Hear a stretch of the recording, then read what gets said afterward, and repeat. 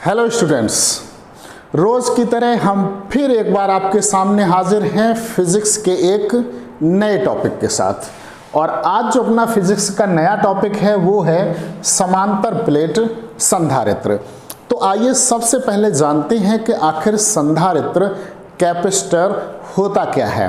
तो dear students, संधारित्र एक ऐसी युक्ति है, संधारित्र एक ऐसी जुगाड़ है जिसके माध्यम से हम किसी चालक के आकार को बिना बदले उसके आवेश धारण करने की क्षमता को बढ़ा सकते हैं। और समांतर प्लेट संधारित्र फिर आखिर किसको कहेंगे? दो समतल एवं समांतर प्लेटों के बीच परावैद्युत माध्यम हो, के बीच में परावैद्युत माध्यम हो, तो इस तरीके से बने संकाय को, इस तरीके से बने सिस्टम को, निकाय को बोल देते हैं समांतर प्लेट संधारित्र। डियर स्टूडेंट्स, समांतर प्लेट संधारित्र में दो प्लेटें होती हैं। ये प्लेट P1 और ये प्लेट है P2। ये प्लेट P1 और ये प्लेट P2। प्लेट P1 और P2 के बीच की जो दूरी है वो है स्मॉल d। प्रत्येक प्लेट का, इस प्लेट का भी और इसका भी जो क्षेत्रफल है वो है a। अब देखिएगा स्टूडेंट्स, किसी बाहरी स्रोत से जब हम समांतर प्लेट संधारित्र की पहली प्लेट P1 को प्लस Q आवेश देते हैं, तो ये प्लस Q आवेश समांतर प्लेट संधारित्र की पहली प्लेट P1 पर एक समान रूप से वितरित हो जाता है। फिर एक बार स्टूडेंट समझिए आखिर हम चले कहाँ से थे। सबसे पहले हमने आपको बताया कि समांतर प्लेट संधारित्र किसे कहते हैं? जब दो समतल एवं समांतर प्लेटों के मध्य में कोई विद्युत रोधी माध्यम भरा हो, तो इस तरीके से जो सिस्टम बनता है, जो निकाय बनता है, जो संकाय बनता है, उसको हम बोलते हैं समांतर प्लेट संधारित्र। समांतर प्लेट संधारित्र में दो प्लेटें होती हैं, प्लेट P1 और प्लेट P2, जिसमें प्रत्येक प्लेट का जो क्षेत्रफल होता है, जो एरिया होता है, वो होता है A। और प्रत्येक प्लेट के बीच की दूरी यानी कि प्लेट P1 और प्लेट P2 के जो बीच की दूरी है वो है स्मॉल d। और एक बात खास कि इन प्लेटों के बीच में जो माध्यम भरा है उसका परावैद्युतांक है K। अब देखिएगा स्टूडेंट्स, जब हम किसी बाहरी स्रोत से इस समांतर प्लेट संधारित्र की प्लेट P1 को प्लस Q आवेश देते हैं, कैसा आवेश? प्लस Q आवेश देते हैं, तो प्लेट P1 को दिया गया ये प्लस Q आवेश इस प्लेट P1 पर एक समान रूप से वितरित हो जाता है, डिस्ट्रीब्यूट हो जाता है। अब प्रेरण की क्रिया होती है, इंडक्शन की क्रिया होती है। डियर स्टूडेंट्स, हमने आपको आवेशन की विधियां में बताया था, आवेशन की 3 विधियां होती हैं, उसमें हमने एक आपको विधि बताई थी प्रेरण की विधि। जल्दी जल्दी हम उसको रिवाइज यहाँ पर भी किए दे रहे हैं। वैज्ञानिक बेंजामिन फ्रैंकलिन ने यह बताया था कि आवेश 2 प्रकार के होते हैं और विपरीत आवेश एक दूसरे को आकर्षित करते हैं और समान प्रकृति के आवेश एक दूसरे को प्रतिकर्षित करते हैं। जब पास पास रखी 2 चालक प्लेटों में या 2 चालकों में या 2 प्लेटों में, कुछ भी कह लीजिए, किसी एक प्लेट पर यदि हम कोई आवेश दें तो उसके पास में जो प्लेट रखी होती है, क्योंकि वो चालक है तो उसमें इलेक्ट्रॉन और प्रोटॉनों की संख्या तो बराबर है, लेकिन मुक्त इलेक्ट्रॉन उसमें काफ़ी हैं, धनायन और ऋणायन पर्याप्त होते हैं। तो होता क्या है कि जो पास वाली जो दूसरी प्लेट है उसके अंदर जो ऋण आवेश है, जो विपरीत प्रकृति का जो आवेश है, वो पास की तरफ आ जाता है। और जो जैसे इस वाली प्लेट को धन आवेश दिया, प्लेट P2 को कोई आवेश बाहरी स्रोत से नहीं दिया गया, लेकिन इस साइड इस प्लेट पर धन आवेश है, तो इस प्लेट के अंदर जो ऋण आवेश है उस पर आकर्षण बल लगता है और ऋण आवेश अंदर की तरफ आ जाता है, और धन आवेश जो होता है प्लेट के बाहर की साइड इस तरीके से आ जाता है। इस क्रिया को बोलते हैं प्रेरण, इंडक्शन। फिर एक बार समझिए, जब हम किसी बाहरी स्रोत से, आउटसोर्स से समांतर प्लेट संधारित्र की प्लेट P1 को प्लस क्यू आवेश देते हैं तो प्लेट P1 को दिया गया ये प्लस क्यू आवेश एक समान रूप से डिस्ट्रीब्यूट हो जाता है प्लेट P1 पर, और प्रेरण की क्रिया के कारण प्लेट P2 के अंदर वाली सतह पर ऋण आवेश उत्पन्न हो जाता है और बाहर वाली सतह पर धन आवेश उत्पन्न हो जाता है। चूंकि प्लेट P2 को तार के माध्यम से पृथ्वी से जोड़ा गया है, अतः पृथ्वी के से आने वाले इलेक्ट्रॉनों द्वारा प्लेट P2 के बाहरी सतह पर उत्पन्न ये धन आवेश ऋणावेशित हो जाता है, धन आवेश निरावेशित हो जाता है, अर्थात ये धन आवेश खत्म हो जाता है पृथ्वी से आने वाले इलेक्ट्रॉनों के द्वारा। इस तरीके से प्लेट P1 और प्लेट P2 पर दोनों ही प्लेटों पर समान और विपरीत प्रकृति का आवेश उत्पन्न हो जाता है। प्लेट P1 पर धनात्मक आवेश और प्लेट P2 पर ऋणात्मक आवेश उत्पन्न हो जाता है। इस तरीके से प्लेटों पर आवेश का पृष्ठीय घनत्व, आवेश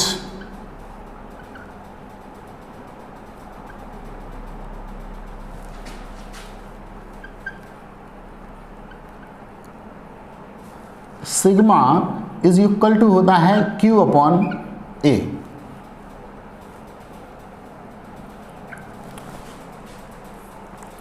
प्लेटों के मध्य किसी बिंदु पर वैद्युत क्षेत्र की तीव्रता, प्लेटों के मध्य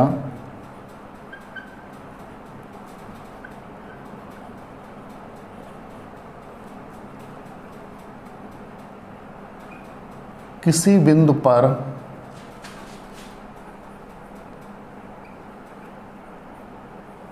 वैद्युत क्षेत्र की तीव्रता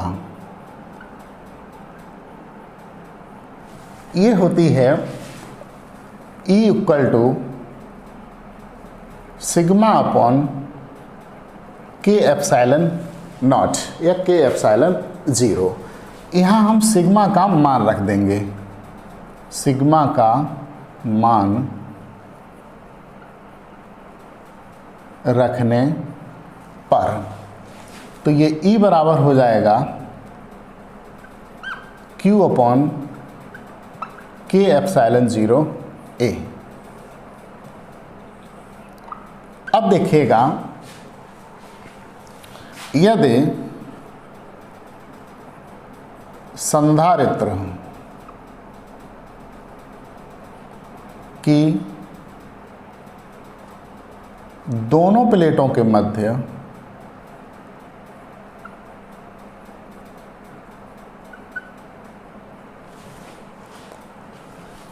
विभवांतर V तथा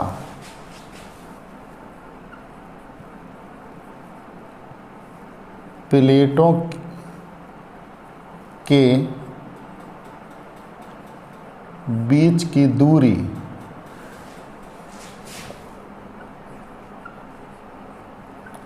स्मॉल d हो तो वैद्युत क्षेत्र की तीव्रता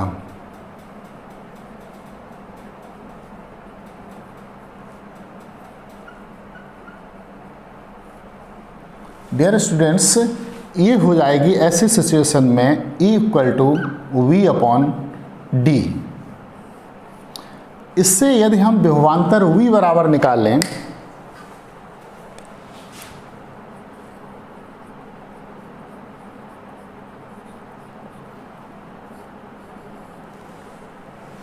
V बराबर निकाल लेंगे तो ये हो जाएगा ED। इसको हम इक्वेशन दिए दे रहे एक, समीकरण 1 से E का मान रखने पर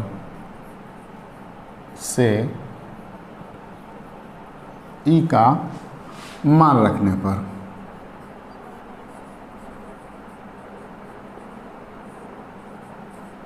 जब हम समीकरण 1 से E का मान रखेंगे तो ये V इक्वल टू हो जाएगा, E की जगह हमें ये वैल्यू रखनी है तो Q इंटू डी अपॉन के एप्सिलॉन 0 A।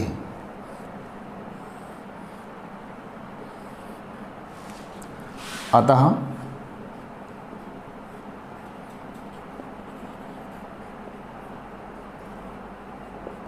संधारित्र की धारिता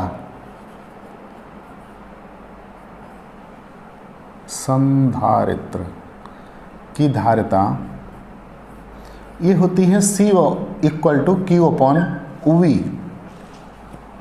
तो हम यहाँ V की जगह ये वैल्यू रख रहे हैं, तो धारिता C बराबर हो जाएगा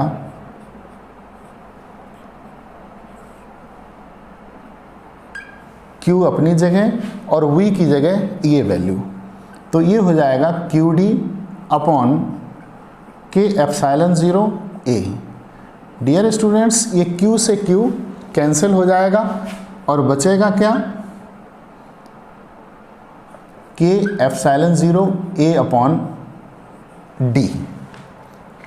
इसको हम इस तरीके से लिख सकते हैं, नीचे जगह नहीं, अब ऊपर चलते हैं।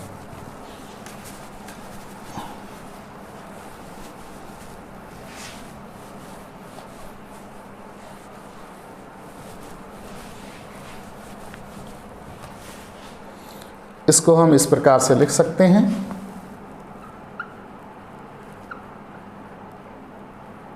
धारिता C equal to K epsilon 0 A upon D।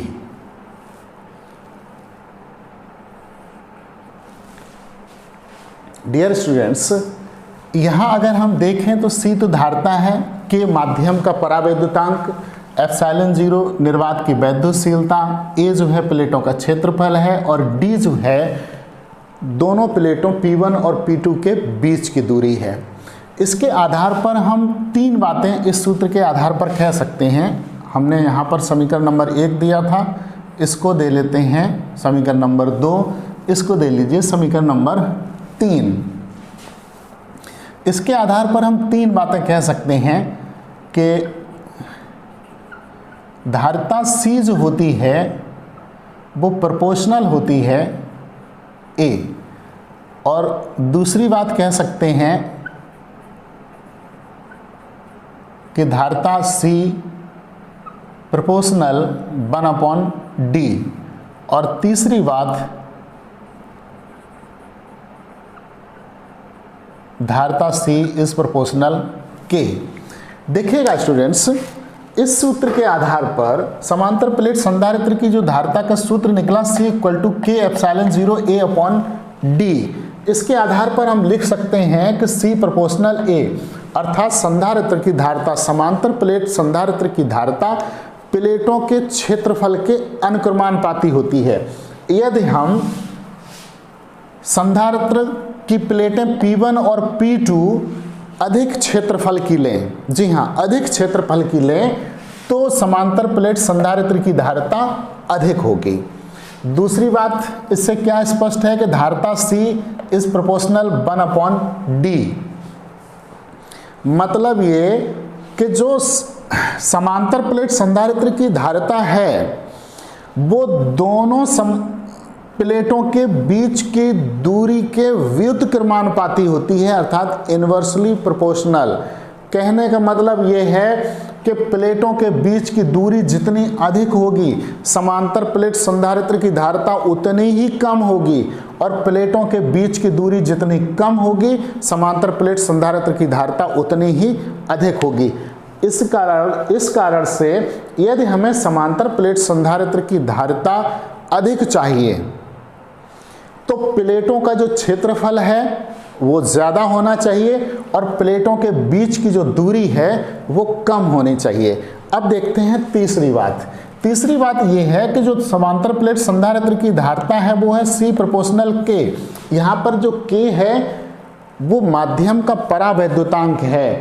मतलब ये कि धारिता जो है माध्यम के परावैद्युतांक के अनुक्रमानुपाती होती है, यानी कि समांतर प्लेट संधारित्र में जो ये दोनों प्लेटें हैं P1 और P2, इनके माध्यम में कोई परावैद्युत पदार्थ भरा है, वो पदार्थ हमको ऐसा लेना चाहिए जिसका परावैद्युतांक K का मान अधिक हो, और K का मान जब अधिक होगा तभी समांतर प्लेट संधारित्र की धारिता अधिक होगी।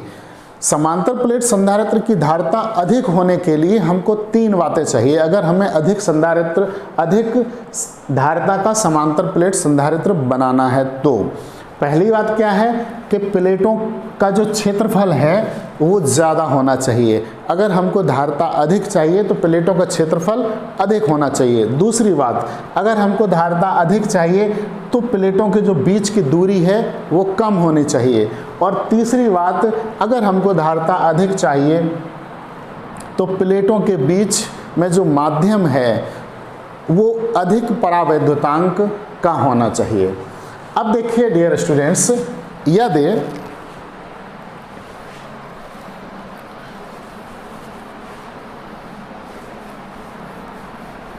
प्लेटों के बीच में वायु अथवा निर्वात स्थित हो तो, यदि प्लेटों P1 व P2 के मध्य में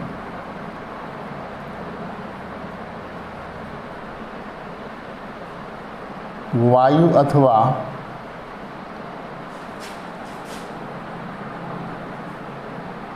निर्वात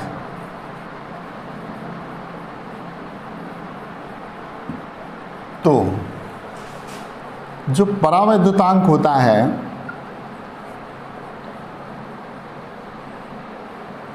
वो K बराबर हो जाता है 1। ऐसी सिचुएशन में धारिता हो जाएगी C0 equal to epsilon 0 A upon D। इसको हम मान लेते हैं समीकरण नंबर 4। समीकरण 3 में 4 से भाग दे रहे हैं। समीकरण 3 डिवाइडिंग बाई 4। तो डियर स्टूडेंट्स ये हो जाएगा C upon C0 is equal to, C की वैल्यू हम ऊपर रख रहे हैं, K epsilon 0 A upon D, और ये एप्सिलॉन 0 A अपॉन D, ये सब कैंसिल हो जाएगा, केवल K बचेगा। तो C upon C0 equal to K, या फिर हम इसको ऐसे लिख सकते हैं C equal to K epsilon 0, C equal to C0। मतलब ये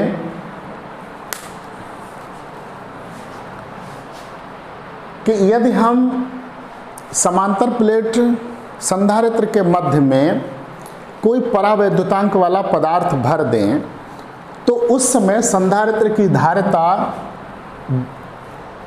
जो धारिता वायु अथवा निर्वात के होने पर होगी उसके K गुना हो जाती है।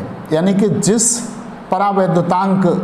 जितने परावैद्युतांक का हम माध्यम भरते हैं तो परावैद्युतांक की जो वैल्यू होती है, जो K की वैल्यू होती है, उतने गुना हो जाती है समांतर प्लेट संधारित्र की धारिता।